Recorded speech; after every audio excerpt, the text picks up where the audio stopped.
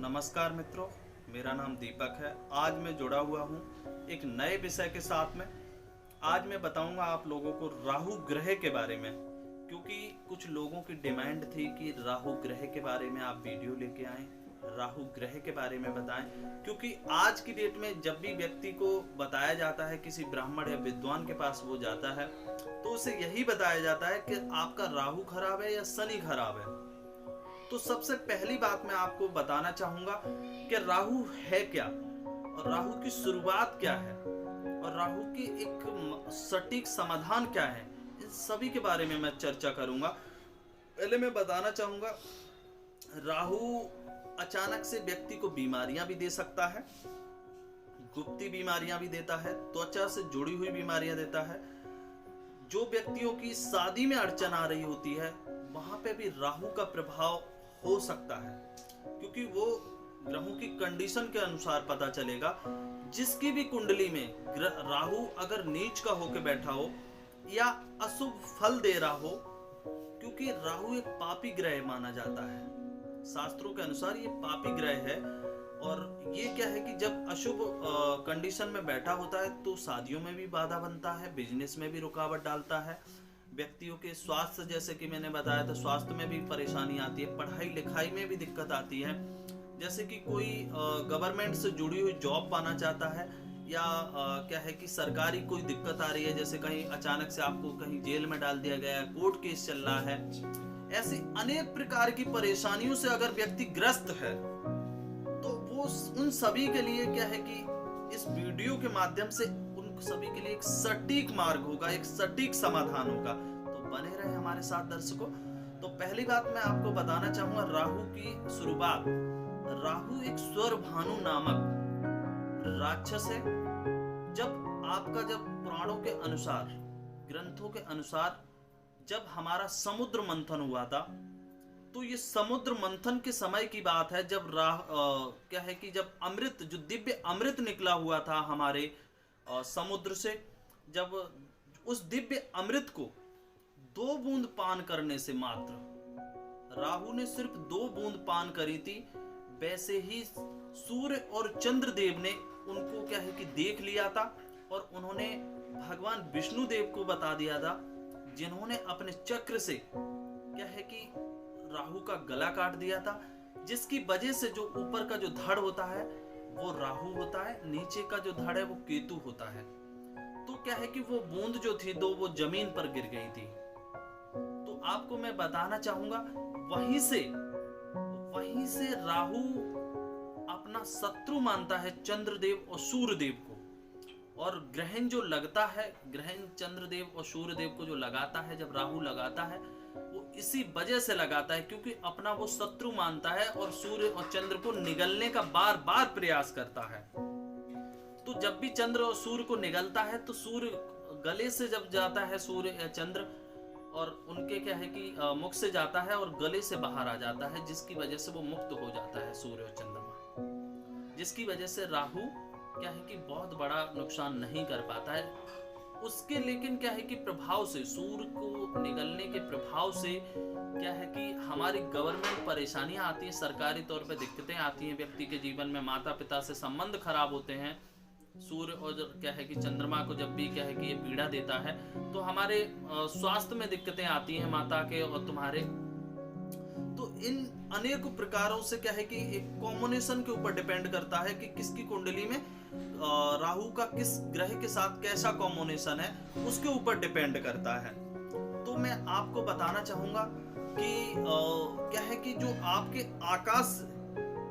आकाश में सूर्यदेव और पृथ्वी में क्या है, पृथ्वी के बीच में जब चंद्रदेव आ जाते हैं, जब भी सूर्य और पृथ्वी के बीच में जब चंद्रमा आ जाता है, उस चंद्रमा से क्या है कि नीचे पड़ने वाली जो छाया होती है वो राहु का प्रतिनिधित्व करती है।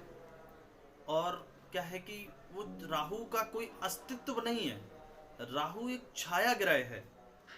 और छाया क्या है कि एक तरीका से वो, जैसे कि आप छाया के रूप में ऊपरी चक्कर, ऊपरी क्रिया, कुछ लोग कहते हैं कि हमारे ऊपर ब्लैक मैजिक कर दिया गया है, और कुछ कहते हैं कि हम बहुत ही निगेटिव फील करते हैं, निगेटिव थॉट आते हैं हमारे मन में, ये राहु के खराब होने के लक्षण होते हैं। बहुत जल्दी पॉजिटिव बहुत कम सोचता है व्यक्ति, गलत चीज़ें बहुत जल्दी सोच लेता है। तो ये निगेटिव जो थॉट आते हैं ये भी राहु के कारण ही आते हैं। तो मैं आपको बताना चाहूँगा कि अब इन राहु के क्या है कि क्या कारण है, मतलब किसकी वजह से राहु खराब होता है और किसकी वजह से किन किन परेशानी, कौन कौन सी परेशानी आती है तुम्हारे जीवन पे राहु की वजह से। तो राहु की वजह से जो परेशानी आती है, जैसे कि आप क्या है कि आप धर्म का अपमान करते हो। जब कभी भी किसी के धर्म का अपमान करोगे या अपने धर्म का अपमान करोगे या पूजा पाठ में आप रुचि नहीं रखोगे, तब भी तुम्हारा राहु खराब होने का कारण बनता ही बनता है। दूसरी बात क्या है कि ऐसे व्यक्ति जो होते हैं ना, बहुत ही मक्कार किस्म का होता है व्यक्ति, नीच हो जाता है राहु खराब होने के कारण, और चालबाज, धोखेबाज, ऐसे शराब में लीन रहना, शराब पीना, पराई स्त्री से संबंध रखना, झूठ बोलना, ये राहु खराब होने के लक्षण होते हैं और इन्हीं के कारण भी राहु खराब होता है। अगर ये सारी सेवन चीजें करता है व्यक्ति तो इससे भी राहु खराब होने के पूर्ण क्या है कि लक्षण रहते हैं।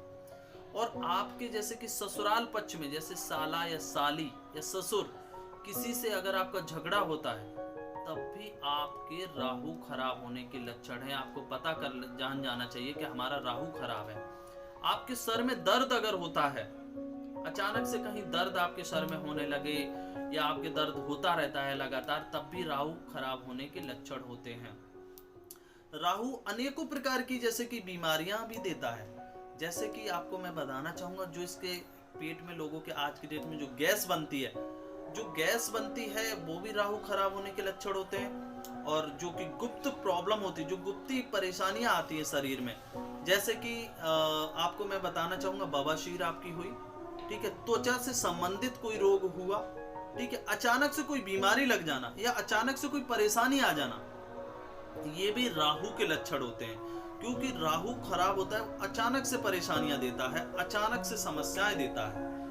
तो हम आपको बताना चाहेंगे कि राहु क्या है कि 27 नक्षत्रों में से 3 नक्षत्रों का स्वामी होता है। स्वाति, सतविसा, आद्रा, इन 3 नक्षत्रों का ये स्वामी होता है।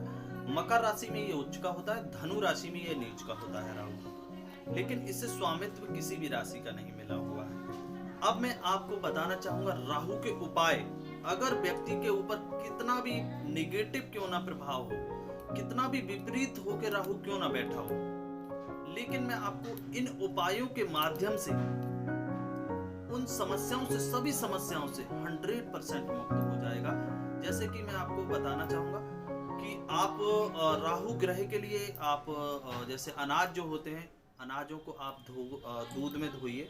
दूध में धोने के बाद आप बहते हुए जल में प्रवाहित करें। 1.25 किलो अनाज शनिवार या बुधवार को ये आप कर सकते हैं। तीसरा मैं आपको बताना चाहेंगे कि आप हनुमान जी और सरस्वती जी की अगर पूजा करते हैं प्रतिदिन, तो उससे भी आपका क्या है कि राहु का निगेटिव प्रभाव बिल्कुल आपके ऊपर से खत्म हो जाएगा। और आप क्या है कि जैसे कि बजरंग बाण का अगर पाठ करते हैं, खासतौर पर बजरंग बाण का पाठ करने से प्रतिदिन राहु का कोई भी प्रभाव आपके ऊपर नहीं पड़ेगा। राहु का कोई भी विपरीत प्रभाव नहीं रहेगा आपके ऊपर, क्योंकि राहु के जो बजरंग बाण होता है वो अंकुश लगाता है। और राहु का जो मंत्र है, ओम ब्राह्म भ्रीम रोम शाह राहुवे नमः, इस मंत्र का अगर 108 बार आप प्रतिदिन करते हैं, तब भी राहु का जो प्रभाव है आपके ऊपर से गलत प्रभाव खत्म होगा।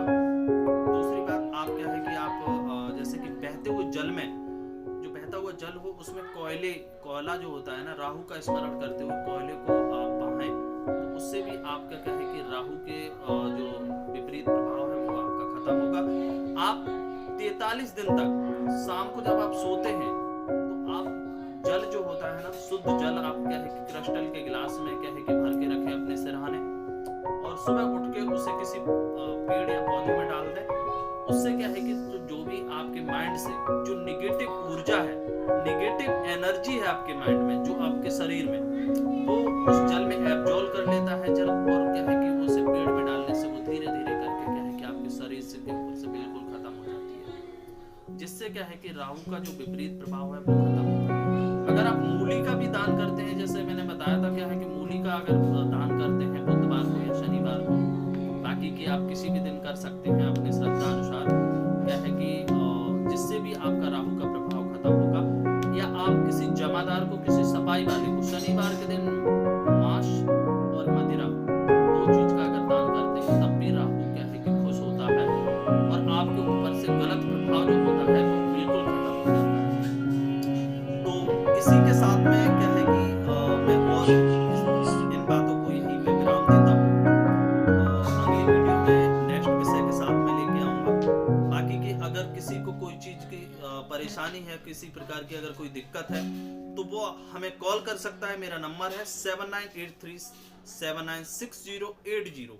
इस नंबर पे कॉल कर सकता है और अपनी समस्याओं का समाधान करा सकता है।